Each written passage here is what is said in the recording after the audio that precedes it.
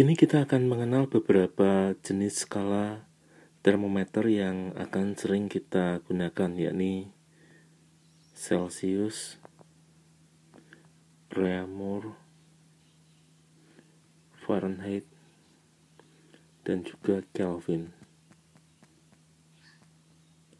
Nah, tentu bagi adik-adik sekalian di SMP pernah diajarkan mengenai suatu perbandingan antara skala-skala Celsius, Reaumur, Fahrenheit, dan juga Kelvin, di mana skala-skala mereka memiliki suatu perbandingan, yakni 5 berbanding 4 berbanding 9 berbanding 5.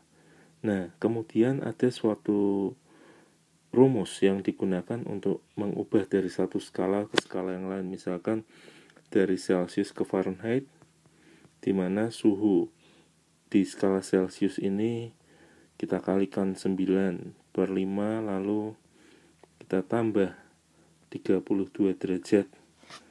Atau misalkan dari Fahrenheit ke Reaumur, suhu di skala Fahrenheit tersebut kita kurangi 32 derajat, lalu kita kali dengan 4/9.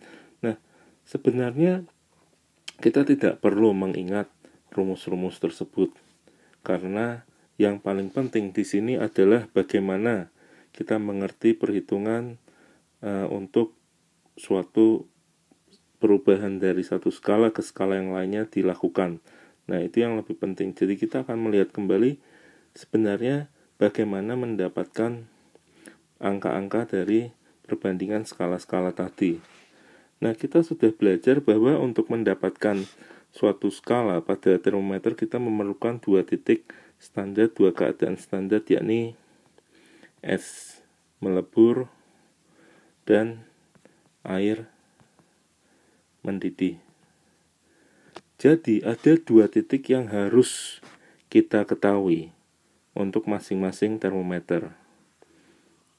Nah, ini kita akan melihat pertama pada skala Celsius, lalu yang kedua pada termometer Reaumur, lalu yang ketiga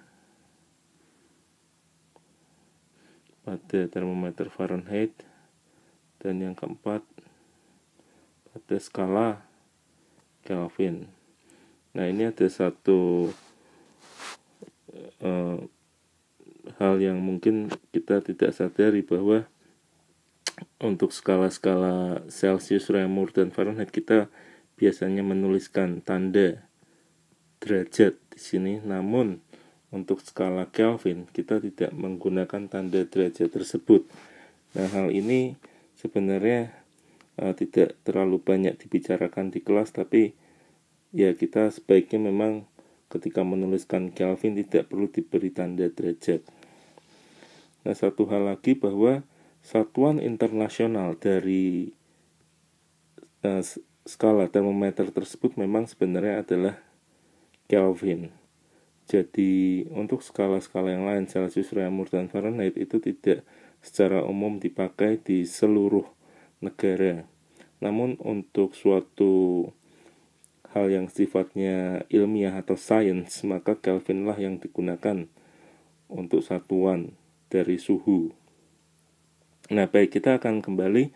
Jadi di titik bawah termometer itu adalah keadaan di mana es melebur. Nah, untuk termometer Celsius, ia menetapkan suhunya adalah 0 derajat. Lalu untuk skala Reaumur, ia juga menetapkan suhunya 0 derajat. Sedangkan Fahrenheit untuk es melebur, ia menetapkan pada suhu 32 derajat. Nah, sedangkan Kelvin, ia menetapkan nilainya pada nilai 273 Kelvin. Sebenarnya 273, sekian, tapi kita sering dibulatkan 273. Nah, ini adalah suhu bawah termometer tersebut yang harus kita ketahui nilainya. Lalu, untuk keadaan kedua, yakni ketika air mendidih, maka Celsius menetapkan pada suhu 100 derajat Celcius. Menurut sejarah sebenarnya pada mulanya Celsius menggunakan suatu skala yang terbalik. Jadi skala pada air mendidih itu 0, namun skala pada es melebur 100 yang kemudian diubah dibalik jadi suhu es tadi melebur 0 dan air mendidih 100 derajat. Nah, itu cerita sejarahnya demikian. Nah, kita berlanjut. Untuk reamur, suhu air mendidih adalah 80 derajat, sedangkan Fahrenheit itu 212 derajat dan Kelvin 373 Kelvin. Nah, jadi ini adalah nilai-nilai atau angka yang ditetapkan oleh skala-skala tersebut pada keadaan air mendidih. Nah, jadi sekali lagi untuk suatu termometer ada dua keadaan standar yang dipakai untuk menetapkan suhu atas dan suhu bawahnya. Dan inilah nilai-nilai pada skala termometer tersebut. Nah, sekarang kita akan lihat perbandingan dari jangkauan skala masing-masing. Kalau kita lihat skala Celsius itu dari 0 sampai 100, jadi jangkauan skalanya Celsius di sini 100 derajat. Lalu reamur dari 0 sampai 80 sehingga jangkauan skalanya adalah 80 derajat. Kemudian Fahrenheit dari 32 hingga 212 jadi 180 derajat. Lalu Fahrenheit adalah dari 273 ke 373. Jadi ini juga 100 derajat.